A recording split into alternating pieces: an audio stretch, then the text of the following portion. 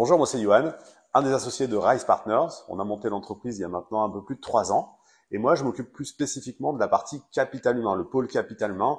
Le capital humain, c'est quoi? Ça va être l'enjeu de posture des dirigeants, tous les enjeux de management, d'expérience collaborateur, de RH chez les entreprises, mais aussi chez Rise Partners en interne, c'est moi qui le chapeaute, et également toutes les problématiques de recrutement. Recrutement pour nous, recrutement pour les startups. Bref, tout ce qui concerne l'humain avec un grand H. Allez, c'est parti. La posture du dirigeant, c'est la manière dont il va aborder son rôle et les différentes interactions qu'il va avoir vis-à-vis de ses partenaires, vis-à-vis de ses clients, vis-à-vis de ses investisseurs, vis-à-vis de ses équipes, donc tout son rôle de management, et vis-à-vis de lui-même, la manière dont il va se percevoir sa légitimité, et il va se percevoir capable de mener à bien toutes les missions qu'il a à faire au quotidien. Les enjeux derrière la posture du dirigeant sont multiples. Le premier des enjeux, ça va être de pouvoir inspirer confiance.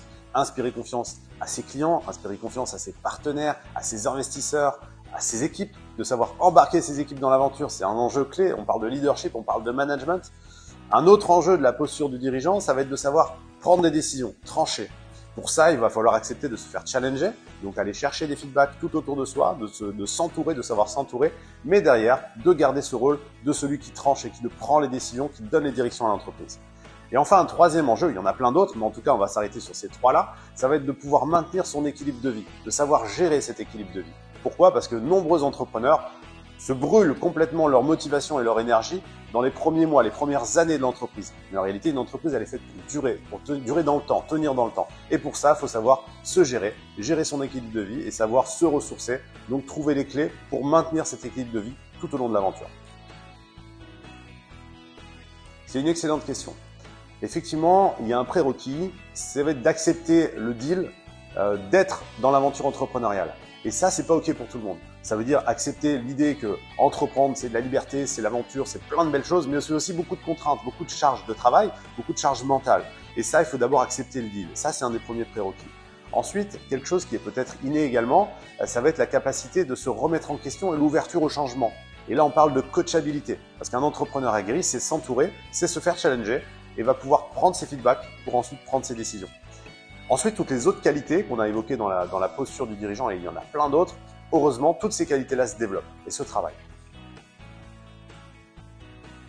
La qualité la plus importante chez un dirigeant, il y en a deux. D'abord, la résilience, parce qu'il est fondamental de pouvoir être résilient pour être un entrepreneur par rapport au quotidien et à l'incertitude du quotidien d'un entrepreneur.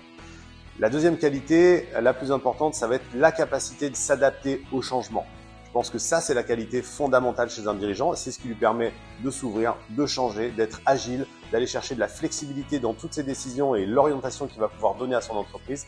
Et ça revient un peu à ce que disait Darwin. Finalement, les espèces qui survivent ne sont pas celles qui sont les plus fortes, mais celles qui ont le plus de capacité à s'adapter à leur environnement. Et pour l'entrepreneur, c'est exactement la même chose. Merci à tous, j'espère que vous avez trouvé cette vidéo intéressante. N'hésitez pas à noter en commentaire dessous si vous avez des idées de thèmes ou des questions par rapport à des sujets que vous aimeriez voir abordés. Et je vous dis à très bientôt. Ciao, ciao!